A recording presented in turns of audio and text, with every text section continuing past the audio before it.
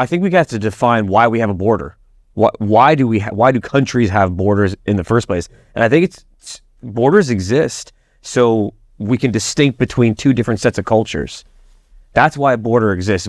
These different cultures have different rules, different beliefs, a different set of ideals. And when you start to blur those lines of a culture, let's speak plainly. Different cultures are better than others.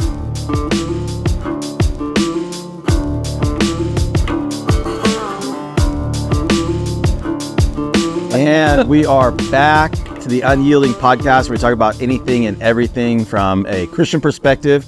And just to kind of, this is our first episode, I think, that we're recording since we launched and we put it out there. And so just in saying that, we want these podcasts to be just conversations where Christian men are talking about really anything and everything. They're going to be wide ranging. The topics are going to be kind of all over the place because we have a fundamental belief that the world and all that's in it belongs to God, and that belief and faith in him touches everything. And so he has an opinion about everything. We want to think his thoughts after him. We want to kind of obey him and follow him. And so we want to apply the Bible. We want to apply our Christianity to every facet of our life. And so we're going to be kind of talking about all kinds of different things. But as we do that, we think we're hoping our trust is that this will be profitable to people. And so if you see fit to share it with somebody, to give us a subscribe on whatever podcast thing you're listening to us on, we're mostly on YouTube.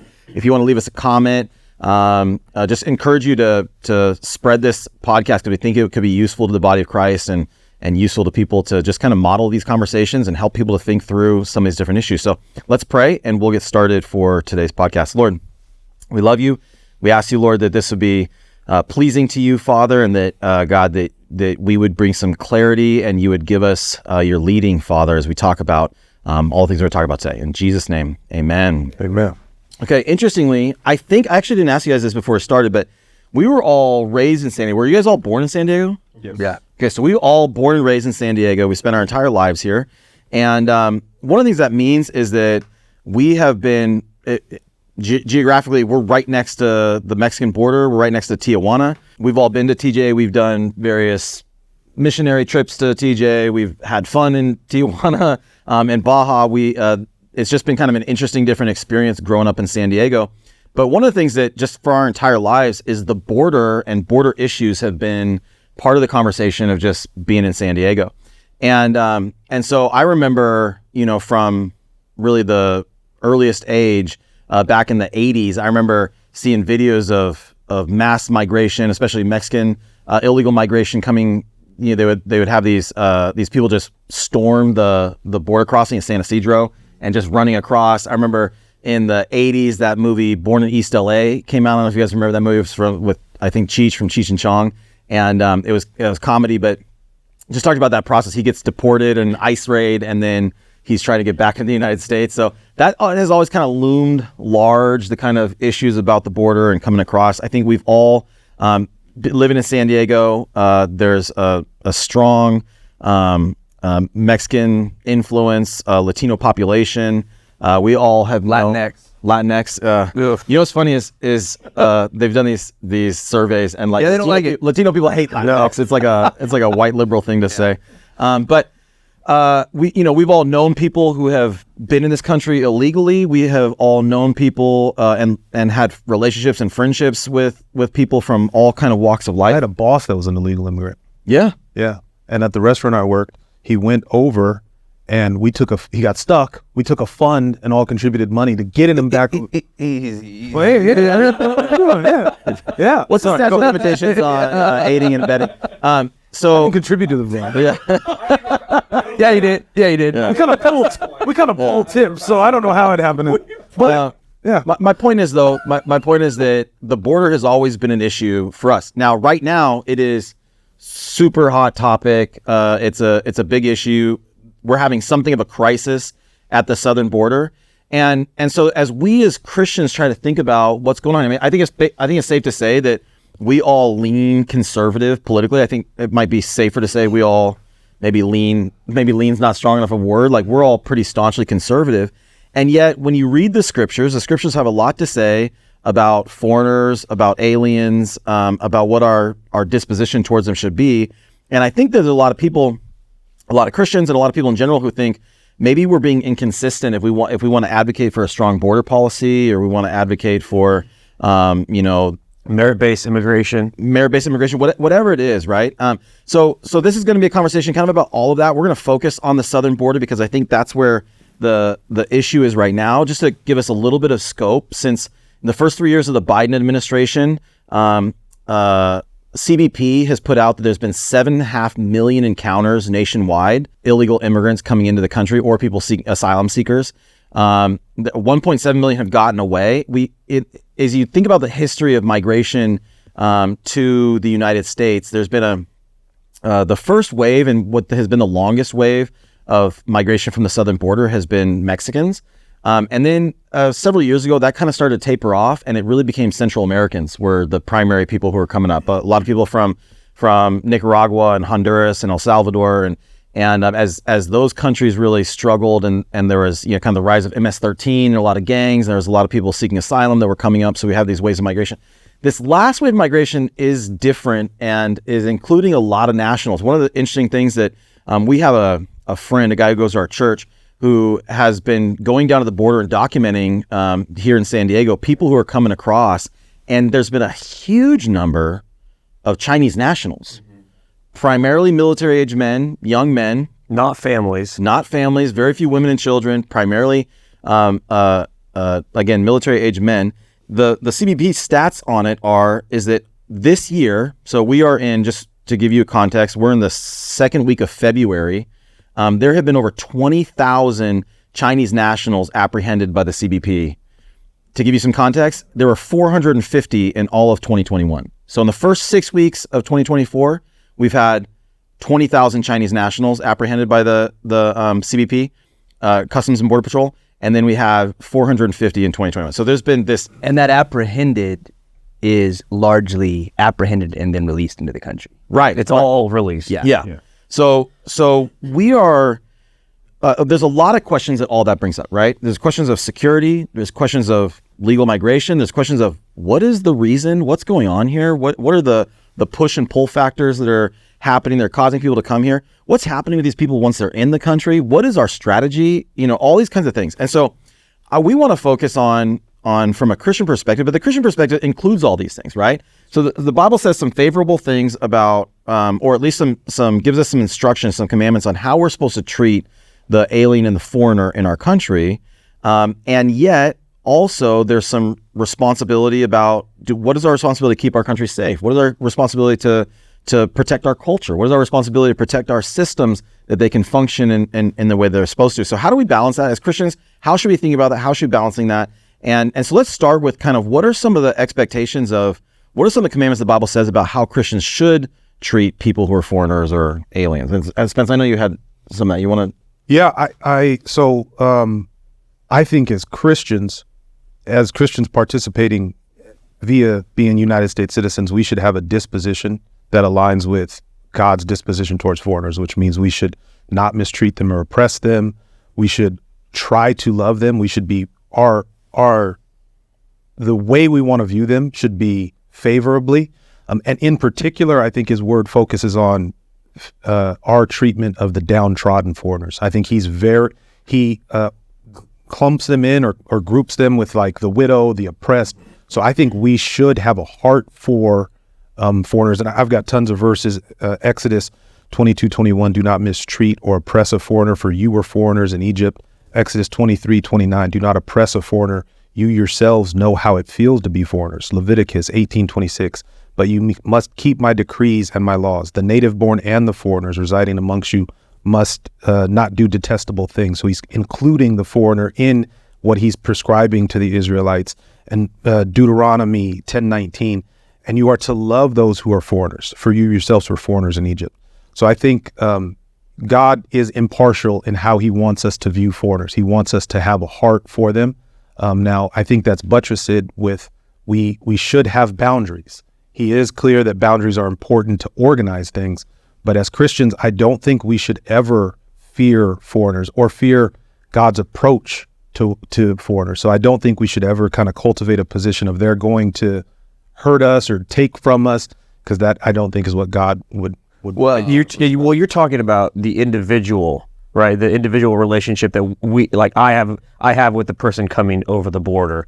We're not talking about groups, national policy, and things like that. So like God's speaking to the individual. At the point of I think he's speaking to the country in those. I think he's speaking to Israel as a country, not the individual. Okay. And at the point of an invasion, that's something different. If we sense that it's an invasion, Sensing it. that's cool. I'm sensing But it. I don't think our disposition or the laws that we design should be anti-foreign. Specifically to oppress the individual. Of course. Right. And I think what you're talking about here, it's like we talk about on a lot of issues. You run into the gay barista, right? You don't be rude to the guy, right? What is your stance on homosexuality as far as the Bible's concerned, and as far as we should be? Yeah, it's different, right? Like, there's a difference there. You don't run up to hey, foreigner, I don't like you. Yeah, obviously not right. Do we want 11 million people we have no idea who they are streaming into the country, mixing with everybody else who we're trying to protect? Probably not. No, absolutely not. And so this is where I think Christians, we have to be the people that bring wisdom into the situation, and we can't accept illegal forms of immigration, because by definition, now they're entered into criminality. We don't have an idea of why they're coming. It could be an invasion. It could just be that they're being trafficked in a way that's harmful to them. So we have to set up a system that resists illegal, and I don't make space for that. We need to have boundaries, but at the same time, I think, and I've got more. I think I think you made a good point, though. It shouldn't be an irrational fear of anything foreign. Yeah. It should be wisdom. How do we protect our people? How do we do the right thing for our country? How do we do the right thing for the people that are coming across? It's wisdom. It's not fear. Well, I think you don't have separate standards for different groups of people. It's the same law for everybody. Absolutely, and So that's why it can't be illegal. Right, exactly. If you I can't cross the border. If you make a precedent that getting through illegally gets you past rules, now the people that want to participate in immigration legally, you're being impartial to them. Right. So I'm different rules for different people. I'm not making a case for the legal that. portion of this. I'm making the position that as Christians, we should be embracing of foreigners, that people that want to immigrate. The idea that it's a single standard applied to both natives and those that are foreigners, that is also scriptural. Yeah. When God is giving these laws to the nation of Israel, he says that there's many places.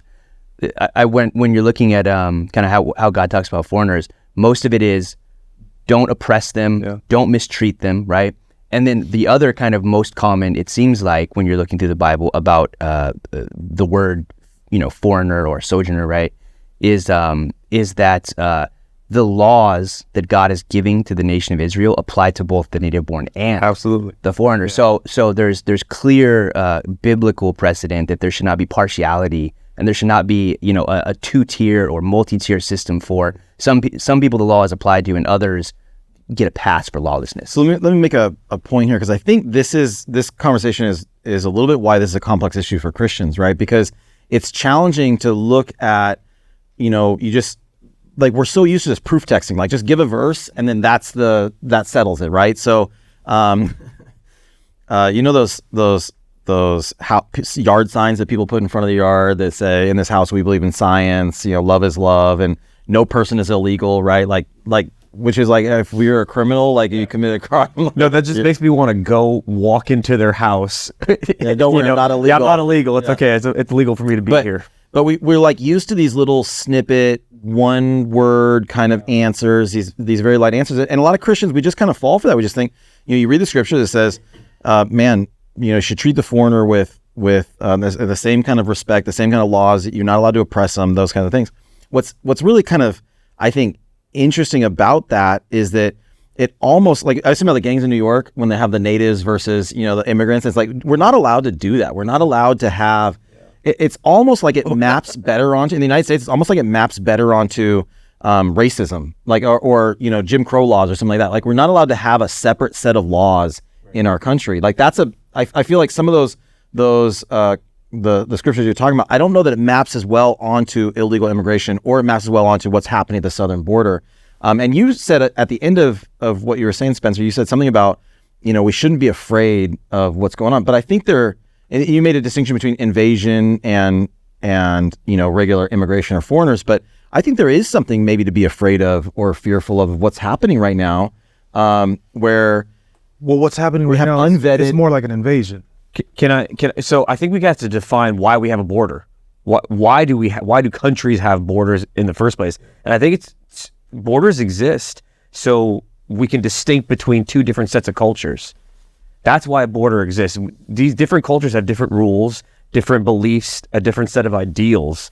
And when you start to blur those lines of a culture, let's speak plainly. Different cultures are better than others. Some cultures are better than others. So an Amish and better at certain things than others. Yeah, well, I mean, let's go real low. Amish culture is better than Nazi culture. Sure. On the spectrum. So there are different better, and we're coming from a position of bias where Christian culture is the best culture. It helps the most amount of people for the longest amount of time. And so we're biased. And not just Christians. Right, and not just it helps the most amount of people for the longest amount of time. And so you're going to have more prosperity in a Christian culture and a biblical culture than any other culture. Absolutely. And so America's always been referred to as this big melting pot. You know, you put the different cultures in and then it melts. Well, at some point in America, someone turned off the burner and we're no longer melting and that assimilation isn't happening. Yeah. And we believe that Christian culture is the best culture. And so that border is going to define where someone's ideas end and ours begin. And that's kind of what we're seeing here is people are segmented into their own groups and they're no longer adopting the ideas that Americans have or biblical culture would have. And I think on that point as well, you know, why do we have a border? So there's the idea of kind of cultures. And then there's also just, I mean, I think everyone knows this, but maybe we can just state it, that there's the simple idea that we are a nation that if people are going to come into this nation, we want to have some interface with them before they do so that we know their intentions. Right. And because really it doesn't map perfectly, but a nation is in some way, it's about property rights, but it's all of us collectively saying, this is our country and we want to protect it as much as any one of us would want to protect our own family and lock our doors and that kind of thing. And if you want to come into my house, great, go knock on the front door, tell me who you are, come on in. Yeah, let me just, I completely agree with both of those. I would, when it comes around, I might describe the importance of borders slightly differently. But go ahead, Mike. Well, let me say, I think that it is in many ways a household. Like I think it's okay. It's not okay. It's not just okay. It's virtuous. It's right to be patriotic, right? It's an outworking of the fifth commandment. Honor your father and mother, right? Well, my father and mother is my family. We're distinctly my mom and dad, but that includes my grandparents. It includes my aunt and uncles, right? It includes, as we kind of begin to work out from there, like my neighbors, the people around us. Like there's a certain, like, this is my family. It's okay for me to say that, and it's right for me to say I love my country. Yeah, right? It doesn't mean I'm co-signing on everything we do and everything we say, but I love my country, and it's okay for that to be distinct. Going back to God and assigning borders, Acts 17:26 says, and he, being God, made from one every nation of mankind to live on all the face of the earth, having determined their appointed times and the boundaries of their habitation, right? So there is something about, even you think about God at the Tower of Babel, where he confused their language and separates them, moves them all apart, that he is assigning boundaries and different cultures and different places. Like the idea of kind of the one world, all humanity, I feel the same about everybody everywhere, is not a biblical idea. It's not a Christian idea. It's okay for you to love the people who are from your country, to love your boundaries. It says in Deuteronomy 27:17, cursed is he who moves his neighbor's boundary marker, and all the people shall say amen. That to illegally or sneakily move the boundary marker is wrong. Or to blur the lines or get rid of the boundary marker. Yeah, Deuteronomy 19:14, you shall not move your neighbor's boundary marker, which the ancestors have set in your inheritance, which you will inherit in the land of the Lord your God gives you to possess. So there's borders and boundaries in the Word of God. When he sent the 12 tribes into the promised land, he assigned different tribes to different areas, right? And there was clear boundary markers on who got what and what was where, and that it was private property rights to take it and to move it, and that was wrong. So I think that I think there's some Christians who might think kind of the default is all they hear is we got to be kind to the foreigner, and so open borders, anybody can come, And I think there's other problems with that too, but I think it's not a particularly biblical idea. I think the idea that borders are biblical is an important thing to establish. Absolutely, 100%, 100%. And I think this goes into what we talked about in terms of kindness. You cannot use just compassion in this conversation. Just compassion ends up being uncompassionate because there's downstream consequences. You're maybe creating injustices for other people. Like we all pay taxes. We pay taxes, and our tax money primarily should be used for us, citizens. So I completely agree. I didn't mean to say I challenge what you're describing about border. I maybe one step simpler. Borders in general are how to resist chaos. If there are no borders around things, it's chaotic. There's absent of order. It's absent of order. Yeah. And our government is, by definition of what I believe a government should do, should be creating order for us. That allows us to be the most compassionate. So I'm 100% for borders. So like if we bring this into what is going on now, I would be completely aligned with Texas creating a strong border so that they can control who comes in. But on top of that, and I do put it on top of it as the primary, I think Christians should have a heart towards foreigners. And I think, I'm going to try to be kind of incendiary here. I think Trump's comment about, I don't want any people from S-hole countries, I think that's the wrong way to think about it. I think that is problematic for Christians to get behind that. I believe in the new Colossus, the statement on the Statue of Liberty. Give me your huddled masses. Give me, because I believe that's more of a Christian viewpoint on foreigners and bringing people in. Can I push back a little bit? Not yet. Okay. Just a second. I think it's important for us to always stay oriented towards how God describes our relationship with foreigners. And I think another thing I want to put out there, you did put the number of illegal. Horrible number, 11 million or 7 million. Right now, the statistic I found was that 878,000 people were naturalized. That means became citizens. Mm-hmm. Somehow, I would want that number to grow and the illegal to shrink, which isn't about not immigration. It's about let's get them through a legal channel, because that's from 2023. Right. So our system is, we're setting a precedent for people to try to come in illegally instead of try to become part of what we're doing naturally and commit to it. So, and I think we have to kind of advocate for it positively by loving the foreigner and wanting the foreigner, and all types of them, not the elite, but all types of them.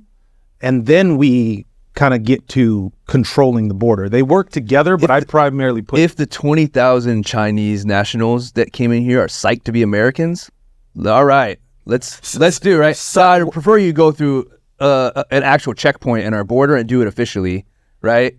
So there's a few things, but guess what? That's not the case with the majority. Like you said, the naturalization process. What was that? Is that 1/10 of? It is 0.0025% of our population. So it's a small. No. I mean, what percentage of coming? Yeah, a 10. Yeah, say it's a 10. Yeah, so it's not the majority of people are rushing in for asylum and to be Americans. Yeah. Well, hold on. Let me just say, because I think there's a couple things that need to be. I think most everybody you talk to that has thought about the border very much, I think they would say, look, in the United States, our legal immigration policies are out of whack. They're not right. They're messed up. They're horrible. Work on it. Sure. So I think most people are for legal immigration, and whatever the sensible amount of that is, I think there is a reasonable number there.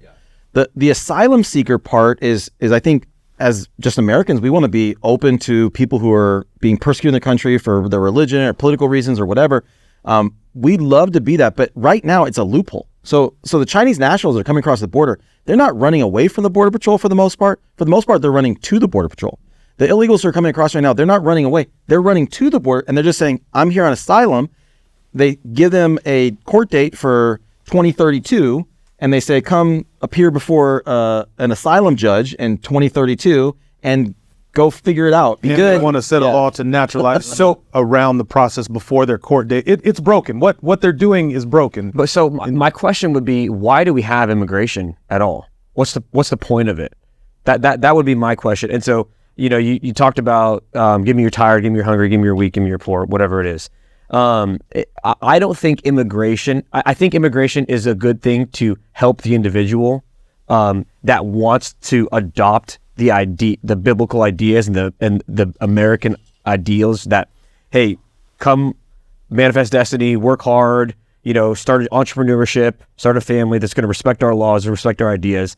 But immigration shouldn't be a method to alleviate world hunger. Immigration shouldn't be a method to alleviate poverty across the world. It cannot be. It can't be. It's never going to be that, or to alleviate people suffering from war or gangs or anything like that. There's just too many people. To alleviate people suffering from war? Yeah, immigration isn't a good method to do that. There's too much war. There's too much poverty. There's too many issues in the world for America to take in. I hadn't thought about it that way, but I agree in theory, except for I do think asylum is designed for people fleeing from violent situations, and it. Yeah, but there's a number on it. But there's a number. That's what I was going to say. There's a number on it. Right. I should say correct asylum, not what's happening. Right. You're describing where people are.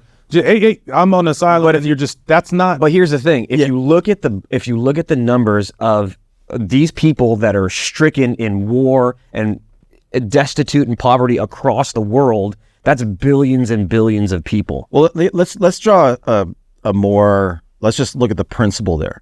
The principle there is there's a limit, right? It's not infinite. We don't have an infinite amount of resources. Correct. We don't have an infinite amount. So I like what Douglas Wilson says on this. He talks about, a family who is a foster care family, and let's say they take in 2 kids, right? And they're loving these kids, or they're taking 4 kids, right? And it's a mom and dad. He's working, she's trying to school the kids, and they're putting food on the table, and they're providing a really beautiful home for these kids who were really rescued out of a really destitute situation. And let's say one day the social worker shows up and says, "Man, you guys are doing such a good job. We're bringing over 75 more kids to you guys today," right? And all of a sudden they're like, "Whoa, I don't know that we can. I don't think we have the resources to be able to provide continue our household. That would be too chaotic. That would break down the system. That would mess up our marriage. That would ruin all these different things that we have going on. I don't think we have enough resources to take care of 75 more kids." And the social worker says, "Well, I'm sorry. That's we got these kids, and you guys got chosen." I think and you're doing well, so you must take them. Right. Yeah. So I think the question the neighborhood voted that you have to take these 75 people, and you don't have a choice. The main point though is simply, we don't have enough resources we have enough resources to do some, but there's a limit. It's a limited amount. And I think people tend to think that the government has unlimited resources. Yeah, but his argument, and I listened to that one, his argument is putting the government in the position, it's muddying up what the government's role in it is. Because I'm not saying we should be a mother and a father to the immigrant. I'm not saying we should take all the onus of... It's an analogy. I know, but that's where I'm pointing that analogy doesn't work, because I'm not saying it's about stewardship. But it's not the government's to steward out the resources.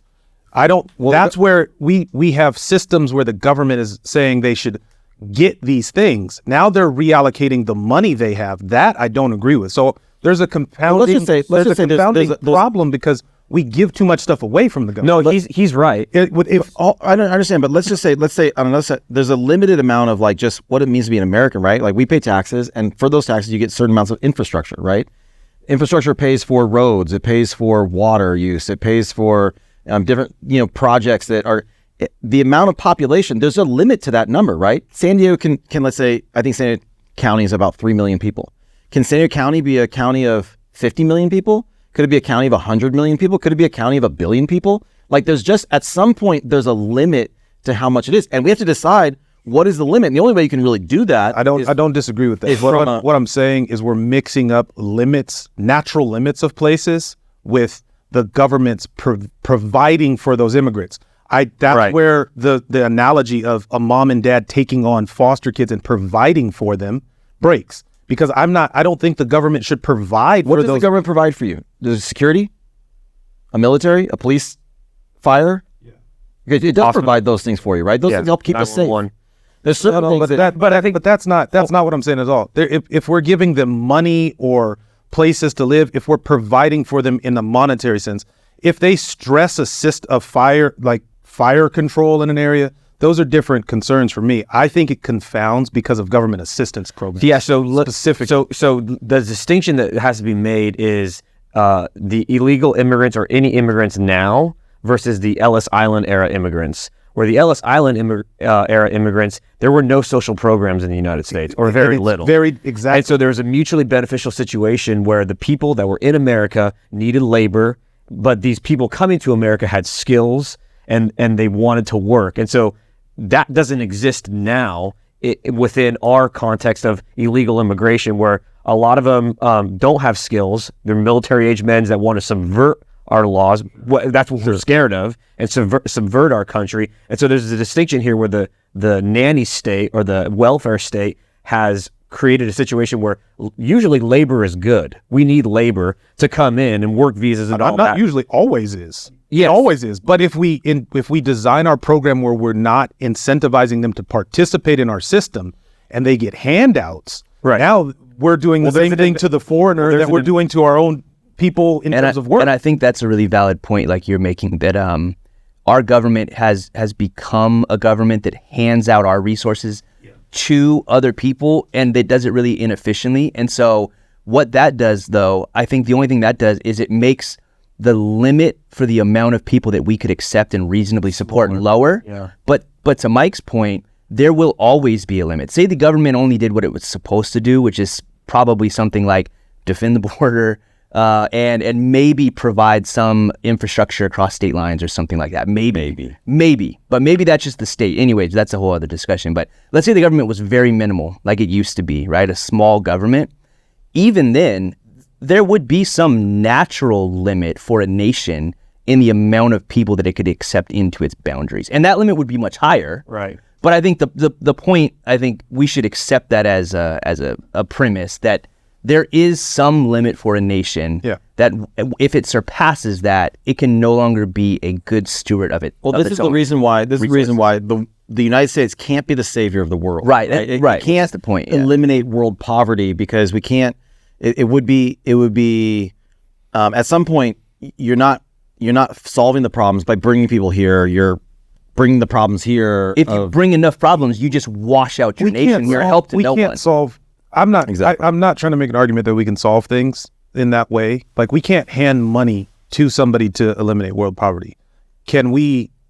I would be excited and enthused about bringing people into our system and having them participate in what America's supposed to be, and that could potentially solve it. Now, those are. That's a merit-based immigration system, that like what Canada has, so in order to immigrate to Canada. Are you arguing that we should become like Canada? You gonna still be a Republican with their immigration policies? I think it's a lot more organized, and there's a lot more order. I would like for Canadian immigration than there is American immigration, because in order to immigrate to Canada and have citizenship, you have to have a workable skill, you have to have a sponsor, you have to have housing lined up, and that sponsor is going to help you assimilate to their culture. And so I think that is the type of people we want to welcome in, with regard to not handing out people that are going to adopt our ideas. But then also, we have a fund to say, hey, if you're in poverty, if you're seeking asylum, there's a set amount of people that we bring in that we can actually provide for, so they're not sleeping in airports and shutting down schools and shutting down community centers where it's already shouldn't be kicking kids out of school. We shouldn't be kicking kids out of school for this, and this is the limit that we're talking about, that we can't. Also, just to say, Canada's in a unique situation, right? They're surrounded by ice and water, except for the United States. None of us want to go there. So Canada can kind of like. I put out there. I'm not trying to argue from like a self-loathing position, like a woke self-loathing. America's bad. We just need to do whatever everybody else says. Whatever policies we want to put in place around immigration, I think should be enforced. But I'm trying to pick up that there's a confounding factor if we think the government's supposed to provide for people. That's part of a misthinking about immigration. Totally. It compounds a problem. It compounds a problem. We want to set it up where we bring in as many people as possible, whether it's merit-based or not. I'm not making a claim there. We want to bring in as many people as possible that want to participate, give them access to the country and let them participate. I would push back and say, on what basis do we want to bring in as many people as possible? Yeah, that. I would push back on that. Is there no limit to as many people as possible? Is just going to be, that's the limitation. What if I don't think there's a billion great people. The limitation is They weren't all the limitation is what rules we set up for them to pass through. There's a difference between picking a limit and saying that in principle there is some upper boundary. I have no disagreement with Okay. So this now we broke the loop. It's semantic. To know there is a limit. We broke the loop. We got out. All right, let me. I don't think let me he's still pull in it. Let me pull that. No, there's a limit. You guys can arm wrestle after. Yeah. Let's pull back for a second and think about some of these other types of principles that are involved here. One is kind of something that we've talked about. I don't know how much we've talked about on this podcast before, but sphere sovereignty, sphere authority is my responsibility as an individual Christian to the foreigner different than the government's responsibility to a foreigner, right? So it might be my responsibility to be loving and kind to everyone I meet, to try to share my resources as much as possible with everybody else. And it might be the government's responsibility to protect our borders and make sure people are not coming in here illegally and that they're obeying the laws, right? And so that might not be, I might not need to go around and every, Chinese person I see be like, hey, show me your papers, right? Like maybe my responsibility is to be as That would be a bad idea, yeah. loving, welcoming to them as possible. And yet maybe our government should be doing a better job of enforcing the laws. And I think that's an important part of, from a Christian perspective, I think there's a lot of Christians who don't understand that. And so they read, be kind and welcoming to the foreigner. And they think the government should mean open borders and anybody who wants to come here should be able to come here.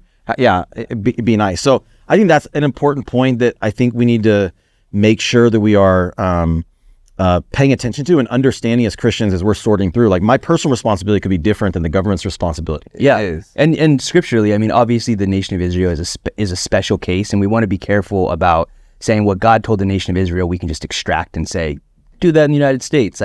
But I do think there's principles there that, like you said, God, when He gave land out, He set certain boundaries for it, and then He did give a blessing to protect that land, and even He gave blessing to take land, right? And so again, we want to be careful how we argue about that, but there is some principle that God says that a nation can war rightly, right? But that if a foreigner is passing through your nation, or if a foreigner has come to your nation and plans to stay a while for multiple generations, there's both of those cases in the Bible, that they should not be mistreated, they should not be oppressed, and you shouldn't be individually aggressive towards a foreign individual in your country. So I would go a step further, and I would say Christians should want their government to uphold the law. Yeah. Not only should we understand that there's a separation, if there's a law, we should actively want the law to be upheld. Yeah. It's not compassionate to see a situation and say, change the law. That is actually part of the problem, I think, that connects with that. So I put down, like, just seeing the bad scenarios at the border of people drowning in the river, or I think it wasn't recently, but it was like kids in cages and stuff. We can't, as Christians, just see something that looks bad and say, oh, change the law. We have to be the type of people that say, we've established a law, and for us to live well, we have to believe in it and support it. So it's not just that there's a difference in between compassion at the individual level and the role of the government. Christians also at the individual level need to say, I want the laws upheld. Yeah. Now, if we have a participatory system, so if we say, I want that law to be changed, then you go through the mechanisms to change it. But you don't say, I want unrule. I want whatever. Like as many people here as possible. Sure. Or that you want like that you want every time you see something sad to change what the rules are. Because sad isn't that you can't govern off of that. Well, I think that begins to go into what another main issue here in this southern border crisis that I think we need to be paying attention to as Christians is we need to stop being suckers. Like, you need to stop being suckers to what the media is portraying, right? Like Governor Abbott in Texas, right there at the Rio Grande, wherever that park is, he put up concertina wire, right? That was, hey, we're going to stop people from coming in here illegally. And I think that they had some people that were crossing the Rio Grande who were still coming from the Mexican side over here. They saw the concertina wires. I don't know what they're thinking. I don't know if they're thinking like, they're going to lift it up when we get there. We just need to make a point or something. But what they're not showing is all the other parts of what an immigration system is enforcing. Like, they're not showing here our own friend who is going down documenting what's going on at the border. These like really nice Suburbans and SUVs are driving up on the Mexican side and dropping these people off. It's like soccer practice. Yeah, just dropping them all off. Yeah. Well, yeah, but it's also like they're coyotes, right? They're people who are working in human trafficking. They're people who are taking huge amounts of money. They're largely, oftentimes, either the cartels themselves or working with the cartels, because there's a ton of money from these people who are saying, just get me to the United States. There's all kinds of sex trafficking that's happening there. You hear the terrible stories about, especially when we had a child separation policy at the border that we were just letting kids in. So if you remember during Trump's time, they have these huge caravans of people that are coming up, largely kids, under 16. Without parents. And because they're just saying, hey, once they get in, the kid can get in and then they can sponsor us to come over in a decade or whatever it is. And they're finding these girls, and these girls have condoms and all this stuff because they know that they're going to get raped or they're going to get sex trafficked. And so they're going to give them, at least maybe they won't get pregnant. I mean, it's all these terrible things that are happening that are supported by our immigration policy or by the weakness of our southern border, the lawlessness of the whole thing. I would say by allowing illegal immigration. Yeah, right. Yes, I understand. It's a lack of order. And God, our God's a God of order, and there's a lack of order, and this is what happened. This is a result when there's a lack of order at our border. And so, but the ignorant Christian who's just being a simpleton about the whole thing is just seeing people at the border and saying, how come you're not letting those people across? And you understand, dude, you're actually sponsoring, you're actually allowing for all these other really terrible downstream consequences that you're thinking nothing about. And it's so emblematic of the border thing because it's so great. Then what you said about the government being nice, the difference between us and the government's stance and policy, the government is nice. No, the government carries a sword for a reason, right? Right. That idea of can't we just punish the evildoer? Can't we just be nice? I saw some news clip, they're installing on the top of the border wall, they're trying out this new thing. It's like a wing that goes over. So if you try to crawl up, it's difficult for you to go over the wall. There was a news anchor whoever he was they were interviewing. He said, my concern with this is when the person gets all the way up that high, this will increase the chance that they might fall off and injure themselves. Yeah, no kidding. Yeah. You're not supposed to be climbing the border wall. We've reached an unbelievable point where it's like, do we really have to have news segments where this person's an expert talking about if you climb a high wall that separates countries, well, you might fall off. Here's the beautiful part about this whole thing. It's actually, we've had like the greatest example of it where all these cities have been passing sanctuary city laws and saying, hey, like you can come here, you don't have to worry about being deported. And they're all these cities that are in the northern part of the United States, right? They don't have to deal with the everyday part of the crisis. And so about 2 years ago, Governor Abbott started saying, okay, we're going to start sending these illegals and asylum seekers to New York and DC and Boston and Chicago and all these different places, right? We're just going to start putting them on planes, putting them on buses, and we're just going to start making this problem that the southern border states have by far disproportionately had to deal with. We're going to start sending them to these cities who have always virtue signaled about, we're a country, we're a nation of immigrants and we need to be welcoming and these people, should be welcomed. And so he said, okay, start dealing with it. And it's caused massive problems in all these states. In New York, Eric Adams, liberal mayor, has been saying in New York City, has been saying this is a massive problem. We can't sustain it. They're the ones who are closing down schools to house immigrants. They're trying to find all these different buildings, train stations to house all these immigrants, and it's a small percentage of who's actually coming in every day. Yeah, I think they were overwhelmed with 20,000. Yeah, right. I think is what it was. But to go back to your point, we started this. We grew up in San Diego. I don't know if you guys remember in the 70s and 80s, there wasn't that big border wall that we have at San Ysidro. That didn't exist. And the crime in San Diego, you go back on YouTube and look at all the crimes surrounded around on the U.S. side. And the wall came up, and then all of a sudden that area flourished. People go down there, they go shopping, there's malls, it's safe. And so this is this is because our God loves order. When there's order established, there's peace. When there's not order, there's chaos. And you talked about the coyotes. You talked about, that's just at our border. The travel up is grueling. Most people don't even make it through this certain pass over certain parts of South America. They're dying on the way. There's the Darien Gap, which is the Darien. Thank you. The jungle in Panama or something. Yeah, right, which is so crazy because every once in a while when I'm feeling bad about my life, I'll think about like, what would I do? And I think about like, there's a road, the Trans-American Alaska to goes Alaska down to the tip. But the one part it doesn't go through is the Darien Gap because they can't. There's too many. It's too jungly. There's too many like native hostilities. But right now, people are flying into, I think it's Ecuador, because Ecuador has a non-visa with most countries in the world. So you don't need a visa to come into Ecuador. They're flying into Ecuador. So from all over the world, Russians, Ukrainians, Chinese, like people from countries that you want to know, Middle Eastern countries, are flying into Ecuador and then making a trek all the way up through the Darien Gap, which is like this place we couldn't build a road through, and coming up to the United States from South America. It's this kind of wild. There's this, and it's fraught with deadly. Yes. One of the reasons they're doing it. Crime. Before you go on, Spence, they've documented that these Chinese nationals are getting paid to skip the Darien Gap, and they're getting boat transport around it. And so it's like, so that begs the question: where is this money coming from?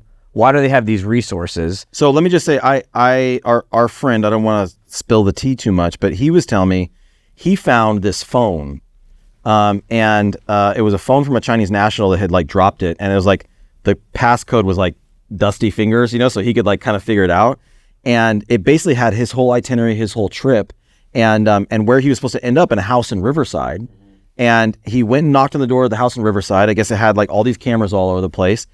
He went and looked up nobody answered. It's clear that people were in there. He looked it up. It was like a Chinese name for an LLC that owned the house. It's like, dude, what is going on here? Yeah. This is why this is a result of no work. It's nefarious. I'm staunchly against illegal immigration. And for, again, speaking to Christians, to think your compassion is the better answer in that situation is naive, because it's so laced with drug trafficking, with human trafficking, with whatever's going on with China.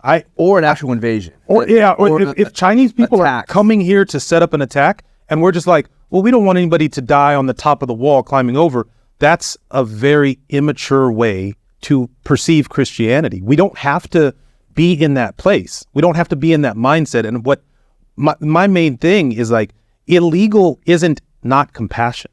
Like, we say it's illegal because we've designed a process that we think keeps us safe, healthy, that once people immigrate, then they're protected. If, like, I can imagine so many scenarios. If you let people legally become citizens to get out of a place, but then somebody can just illegally come here, how do you even say you're giving them asylum? The person that's chasing them might come right up. And with drug cartels and in our area, there's always a suspicion of, like, they have so much power because it's not enforced that there's this looming dread. So that goes back to the, your statement about the esteemed Mr. Trump, about his countries that he said he doesn't want people from.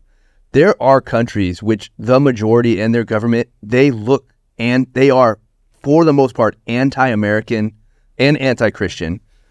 If you let anybody from those countries come without talking to them, there's a chance, hey, are you from one of those countries? What do you think about America? I love it. I want to assimilate. Want to do I'm escaping. I'm seeking asylum. Great. Do the right process. Yeah, I don't like their rules. But I'm oppressed here. Yeah. Here's my family member that will vouch for me that's already in. Fantastic. Yes. Great. Yes. But what Trump is saying in general, you can't just say with a broad stroke, yes, let's bring everyone from countries that hate America into America. Obviously, right? Well, the legal migration, or the legal immigrant, right, path to citizenship. You talk to people who have come here legally because they wanted to come here. They were seeking out, free and fair nation, and they love America. And, like, dude, they know the Constitution better than most U.S. citizens. They know they know they're saying the pledge, they're singing the national anthem. Like, by and large, a lot of these people really love America because they want to be a part of our country.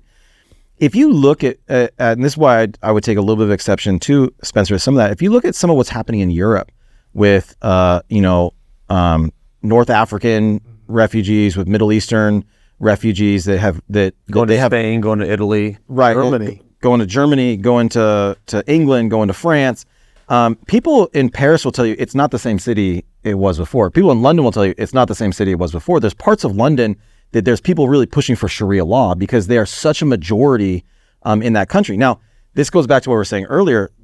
European countries, more than the United States, are nanny states. They have social welfare programs, and to pay for these like really cush retirement ages and Social Security and these full health care, they need young workers, right? And so they have brought in a ton of young workers from Middle Eastern and North African countries and to pay for their social services because they need them to pay the taxes to pay the older population.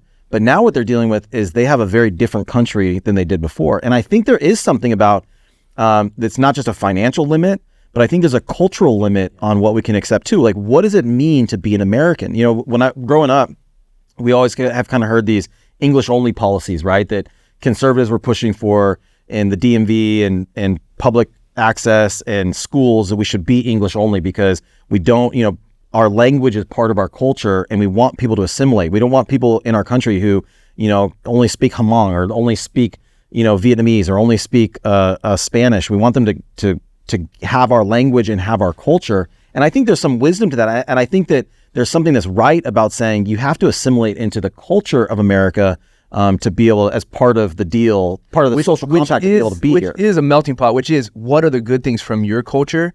We'd love to share in those, but it cannot disrupt the overall goal of an American culture and American values. Those won't be disturbed. Well, and that's, I think, what they're experiencing in parts of France and Germany where, I mean, let's be honest, I think Muhammad is the most popular name in London right now for new births. And this is to any average American, especially Christian, you do not want a fundamentalist Muslim culture in America. That is in conflict of biblical principles 100%. And that's what's happening in these Western countries in France and Italy, and is they're becoming majority Muslim. Mike's saying there's sections where police and fire don't go anymore because they want to implement Sharia, and there's already massive abuses happening because of that culture. That's why we started, like, there are some cultures that are better than others. Well, so from a scriptural... I'm sorry, that's a tough one to integrate. I don't disagree, but I think it hangs on what is the United States culture or the American culture. And I think at its, what we are wanting it to be is not exactly, it doesn't pattern exactly to like a place like some of the European countries, because it's not ethnically centered. So a lot of those places are very homogeneous just because of conditions that, like, Sweden is Swedish. And I think we do have to uphold what we want people to step into, and that has to be primary. But it's hard, at least for me, because it's not necessarily like we want it. I don't think we should be like trying to control our ancestry or we want to integrate people into the idea. It has nothing to do with ethnicity or race. It has everything to do with culture and ideas. But what I'm trying to call out is that those European countries are different from us from the start. They're more homogeneous, and so what's coming into them is different. I'm not making a case that I completely agree. If the United States was to turn overly towards like fundamental Islamic principles, that's bad.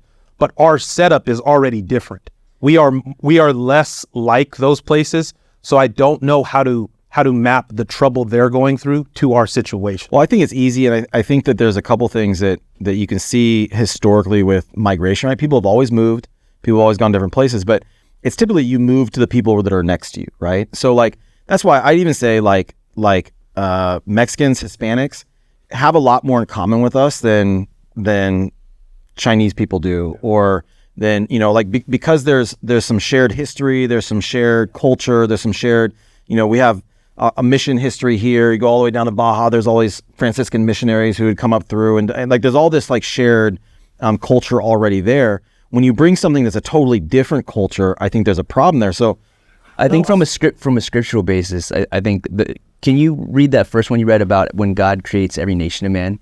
Yeah. So Acts chapter 17, verse 6, And he, God, made from one every nation of mankind to live on all the face of the earth, having determined their appointed times and the boundaries of their habitation. So what's interesting is that word nations is ethnos. Ethnos, yeah. Right. And so we kind of don't have great words for culture versus skin color, and we kind of muddle them all. We use them interchangeably. So we're obviously not talking about, hey, we don't want people of a certain skin tone to come here. And we're also not talking about people who, have a certain like style of whatever dress or what, right? And so, but I think it's really interesting that the Bible talks about here that there is some connection, not just between a land boundary, but there's also some strong connection that God has set up cultures, right? That He set up the different ethnos, the different cultures, the different nations that have, a consistent culture. And it says in several places, it says in Revelation, it says that in heaven there will be people from every nation, tribe, and tongue. Right. Ethnos. Right. So those are distinct enough that we're going to keep those. We're going to keep them in the next life. Right. They're distinct to so that's a good thing. There's something good about a cultural boundary. Right. Not just a national one. And I think that, God reiterates that when He's talking to the nation of Israel. And again, I'll be careful about, extrapolating out from Israel. But He does say that when you go into this place and you take some land, or when you invite, when foreigners come into your land and they're part of your nation, that you should not adopt their customs. You should not adopt their culture. You should not serve their gods. You should not assimilate to a culture outside of what I have established for you. Right. Now, I'm not talking about that we can't appreciate the cultures of that are coming into the United States. Of course, like Tobias said, let's have a great time celebrating the diversity that God's created and the wonderful things about where you come from and your family history and all of those things. But I think there's something very important, and there's something biblical, that it is not just okay to maintain a righteous culture. It's good to maintain a righteous culture. And now the questions of how we do that with national policy and immigration, we can talk about that, and I think we can kind of go back and forth and kind of try and spitball and that kind of thing. But I think from a biblical perspective, let's start with the idea that that we want our culture to be righteous, and that it is not only okay, but it is good to strive to maintain that. And I think to Spencer's point, I want to invite people here, and the Christians should desire that. I desire that, as long as these people want to uphold this standard. Absolutely. But the standard, we have to be very intentional about what the standard is. The standard isn't to look and feel the same way as what an American is. It's to actually believe in the principles that matter most. Yes. And so when I grew up, I grew up in a place where I was surrounded heavily by like Hmong and Laotian people. And then there were also some pockets of Mexican people. And one of the distinct things that was good was just being around people that were different. It was very, very shaping to me. And their cultures, because they stayed kind of clustered together, were, I think, very specific to what they had come from. And there's history around that, but that was good. But they were participating in the American way. Totally. So they ran businesses. They had grocery stores. And it was all fluid, and they respected all of the rules that govern how we needed to interact. Right. Yeah. So that's the critical thing. I completely agree. So, for example, Chaldeans. Yeah. A lot of their culture doesn't look like American culture, but they're entrepreneurs. Yeah. They're big on family, and you can learn things from the way they were raised in Iraq. That's different. That's different than the way we were raised. I grew up Catholic, so Filipinos, same kind of a culture. It looks completely different, but they're adopting the ideas. And so, but the crucial part that I think we're driving home is you have to adopt the ideas. Yes. And let me say, there's a problem as American culture degrades, and I think we would say we're in a time of cultural degradation. Like our culture is losing things that are fundamental to it. For lots of different reasons. We're giving up on many of the things that made us great, that made us a strong culture, that made us a culture that was successful and affluent and prosperous and safe and, like push towards these things. And the more we lose our culture, the more it becomes less clear what we're asking people to assimilate to. And I think that's part of this cycle that is really dangerous and really, even as we think about immigration, it really complicates the whole issue because our own culture is struggling and suffering, and what we're asking people to be a part of, and then it becomes a lot less. Like I would say, in many ways, if someone comes into the United States now, and I say, okay, I want you to adopt the American ethnos, the American culture, American ideals, I have to dial it way, way back because I don't want you to just look around and be like that. Pornography. God forbid you look around Sexualization, what's happening in America and you and- be like that. And that's a real shame and a real tragedy. Pop culture. Yeah, and that's why Consumerism. and that's why I think that we're at a place now where, distinct from our history in America, as Christians, we're having to not only reason about the founding principles and ideas of our nation, but we're also having to reason about our current situation as an American nation and say, what does the Bible say? Because it has diverged greatly So far, from what our nation is doing, and so it's a very complex. Hard. It's very hard to parse that out. And so you sent around a verse before for us to think about, and I think that actually, in my mind, I think that hits the exact nail on the head. Like as our American culture loses its potency, for the things that were good become harder to find, and we don't have it. The verse in Deuteronomy that says, what I think is applicable to that, where then you do have to worry about foreigners because you don't know what's strong about who you are. If you do bring foreigners in, they're coming in with a culture. They don't know what they're stepping into. It's not represented what's good and right and strong. So then you do have an actual problem, and you get into situations like if there's too much of a concentration of a foreign presence and there's a weak American understanding of what we are, of what makes us good, now you've got problems. But I think that's downstream from how we should view foreigners. I think that's a result of us losing what it makes America good. And part of it is upholding the law. And so I cannot ever abide illegal immigration because it's at the root, it's abiding illegality, which is that's antithetical to what the United States needs to be strong. Yeah, and the Bible says that lawlessness is a curse. Yeah. Exactly. Yeah. Well, I think there's real baseline laws that have to be adopted, and it's simple. It's any culture can, or any person from a background can adopt it. It's if you don't work, you don't eat. Yeah. It's very simple. All men are created equal. Those two American value systems that are biblically based fly in the face of a lot of different cultures from people coming from different parts of the world. Like in China, they're oppressing churches. Fundamentalist Islamic people, women don't have any kind of rights. And so I think it's a very simple baseline with these American principles that anyone can adopt, that as long as they want to and they value it.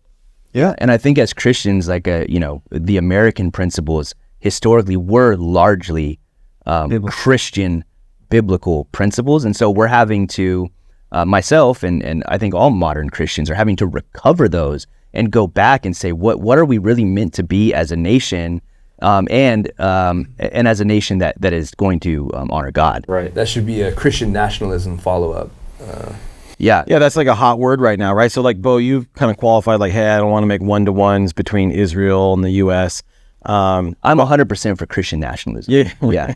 Yeah. So, yeah. And I think that's partly the point. Is I think that I might push back on you on that one. Yeah, I think that would be a great conversation to have. No, I think that'd be a great conversation to have, because no, It's hard to rock the throat, man. no, you know what? Because I think on its face, people would see all of the potential ills of saying that we're a Christian nation officially, and so they would push back on that. And I think I would probably even say, I don't know, let's think about that. But I think there's a lot of details in there. Yeah, you got to define it first. Yeah, and then I think which Stephen Wolfe wrote like a 500-page book that goes through all the nuances, and I read most of it. I won't say I read all. I skipped a couple pages, right? But I think most people hear the term and they say, no, we can't do that. And then this guy wrote a book, very, very well researched, very thoughtful. People read the title and go and say, Sure, they write it off. Well, I think on its face, Christian nationalism flies in the face of sphere authority. To some degree. I don't think so. I think that's the way it was meant to be. I said another episode. Yeah. Okay. To be continued. Yeah. I thought we were doing 90 minutes now.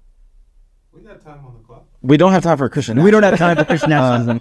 We don't have time for that right now. But we still have. I think there's still more to be said here. I think so. I want to say one thing. I want to go back to a point I was trying to make earlier, and you guys kept taking me away from it.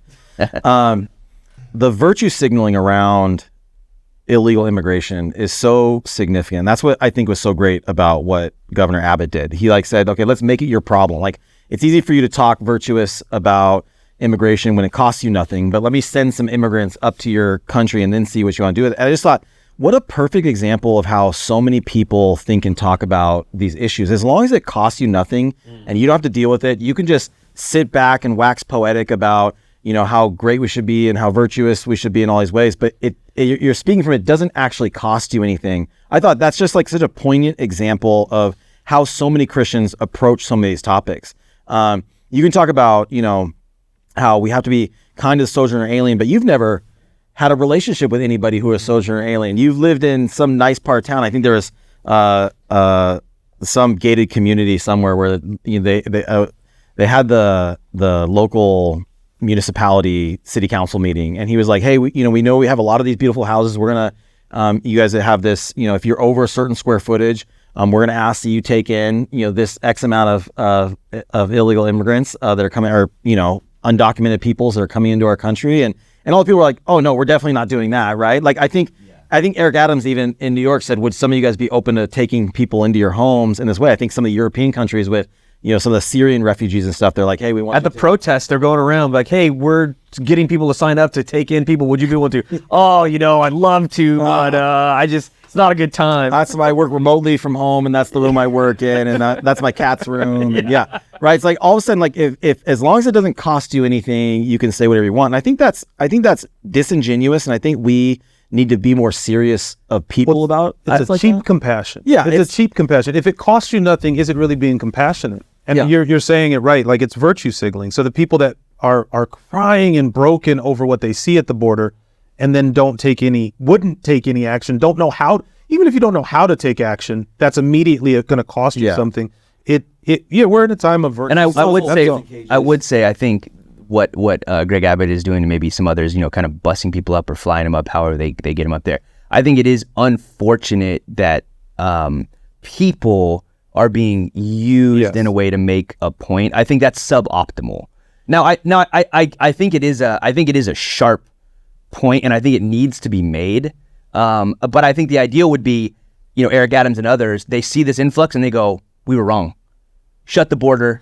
Let's figure some things out, right? Like I think that would be optimal. But the point I think it needs to be made. I think he's doing something more than making a point, though. He's saying, look, if our nation is going to do this, let's spread it out. Spread the load. It shouldn't fall on a handful of cities because of vicinity. And where everybody else sits back and says, you guys are bad, because that's why I'm for it. That's why I'm for it, because it's still giving a reasonable quality of life to both the immigrant and the people in the cities. But we're getting close now with overloading these cities, shutting down schools and this kind of thing, where we're at a point where now I think it needs to be considered. Which, by the way, one thing we can do as individuals, right now we have a president who isn't protecting the border, right? Biden is not protecting the border. We have a chance to change that. I think that should be also said. It is a complicated issue, but there is something simple about not having the president supports legal immigration at a massive level, and it could be stopped. In the last three elections, the border has figured prominently. Trump's whole build the wall, right? That was his build the wall. It was the whole chant. It was a whole part of his 2016 campaign. Whether he fulfilled it, to what degree he fulfilled it, that's another matter. But it was strongly opposed, right? It was made for him to look xenophobic and he's racist and he, all this kind of thing. I don't know that he helps himself a ton with some of his rhetoric. But Biden has come in, and you've seen a stark difference in the border policy, right? Interestingly, he came in during COVID, and we had this kind of COVID where we could house asylum seekers in Mexico. I remember going through TJ, and seeing 500 Haitians on the side of the road of just like waiting. And they're waiting in Mexico. So remain in Mexico is kind of the policy that it was. And then I forget what the law, it was no longer a state of emergency. And so they had to start letting these people across. And that's when it was clear that Biden had no idea what was going on. And interestingly, if you pay attention to what's going on, there's Mayorkas was just impeached in the House. He's the head of Department of Homeland Security. Which CBP falls under. Customs and Border Patrol falls under Department of Homeland Security of dereliction of duty. Right, like you're not protecting our country. You're not allowed. My brother's a customs agent. We all have friends that are Border Patrol agents. These guys love our country. They want to do their job.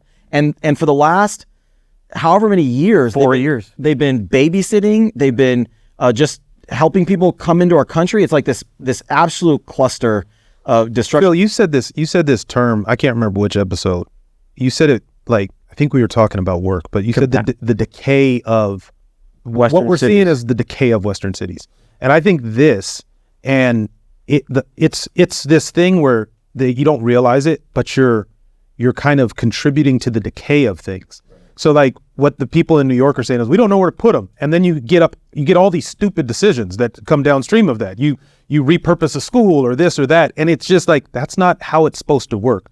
And it goes down to enforcing policies. Like you can't just, everything has a trade-off. Everything has a this for that, and like pure compassion and let everybody in everywhere, it's contributing to the decay of Western cities.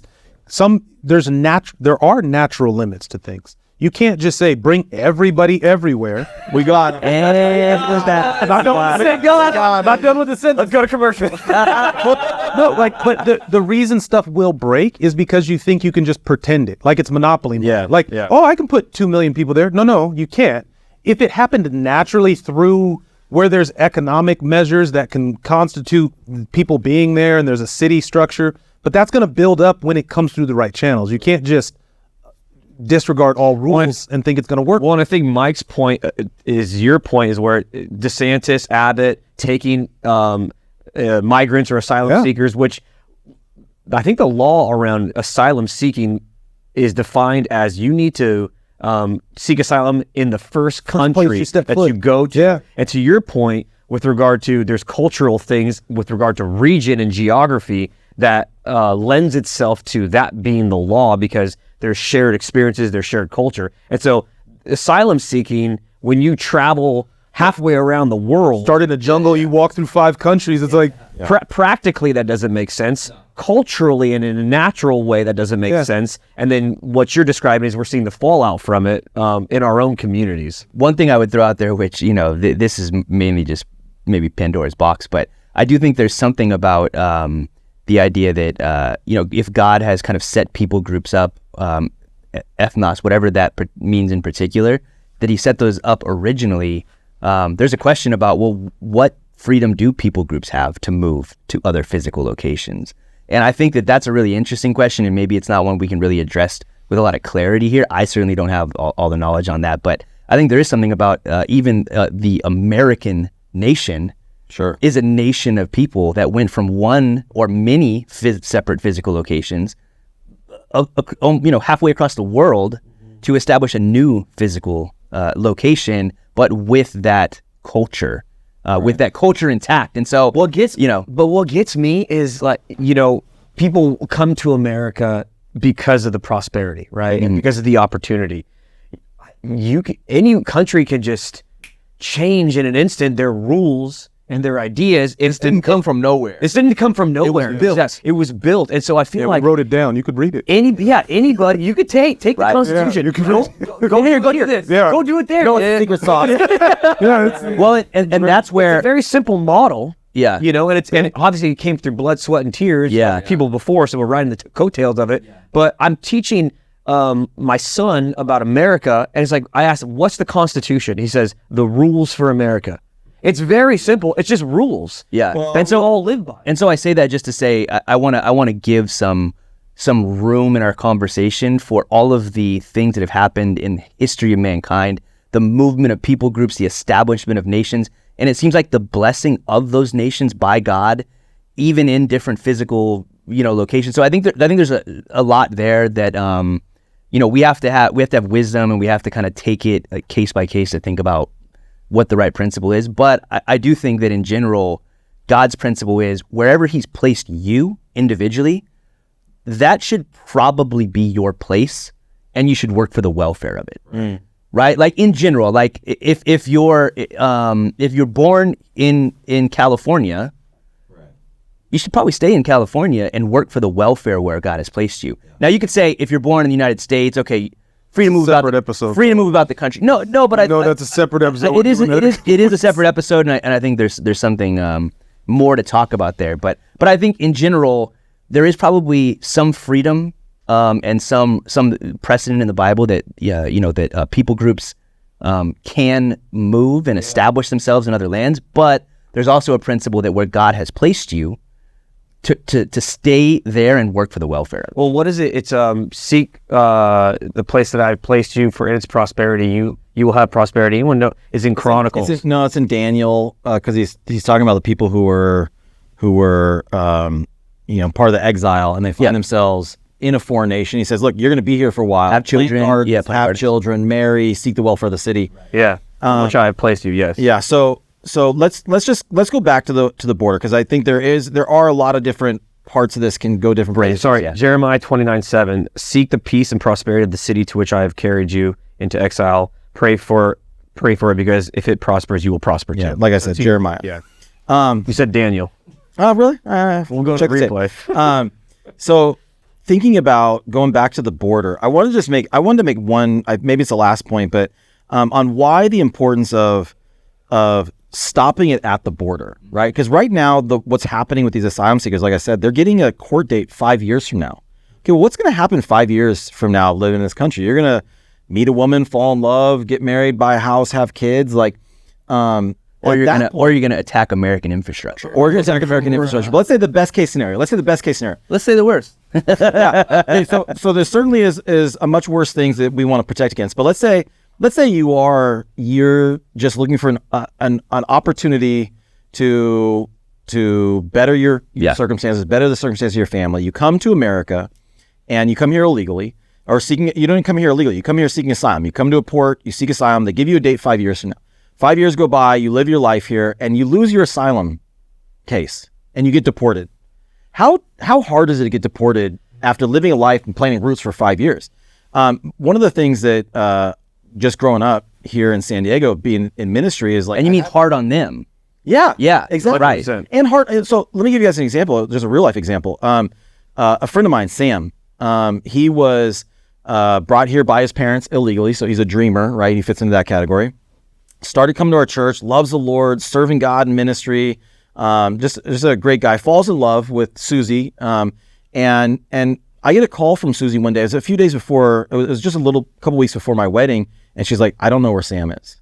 I don't know what's going on with him." What happened? He got pulled over up in like Mountain Empire area, and the sheriff's department said, "Where you're realized he's undocumented." Called the border patrol. Border patrol deported him, and he's in Tijuana now, right?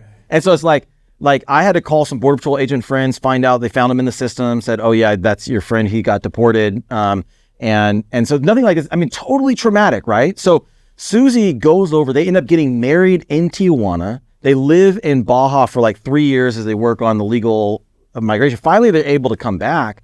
But it's like this totally disruptive thing that if we had a strong border, so like this is Trump's, again, going back to Trump's build the wall. If we had a wall that there weren't holes in it, and it was manned, and we can keep people largely, by and large, from coming into our country if we have if we invest in border infrastructure and we protect our border.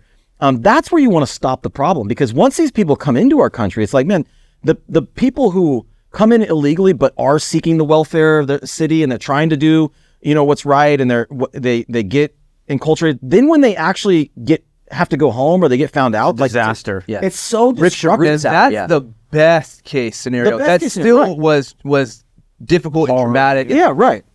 And then we also have everything. They live in Tennessee, heart of America. Yeah, that's awesome. It's great. I mean, so my grandmother came here illegally, but you know what she did when she came here legally? She was one of the first Latina business owners in Chicago, and our restaurant is still there in Wrigleyville where the Cubs play.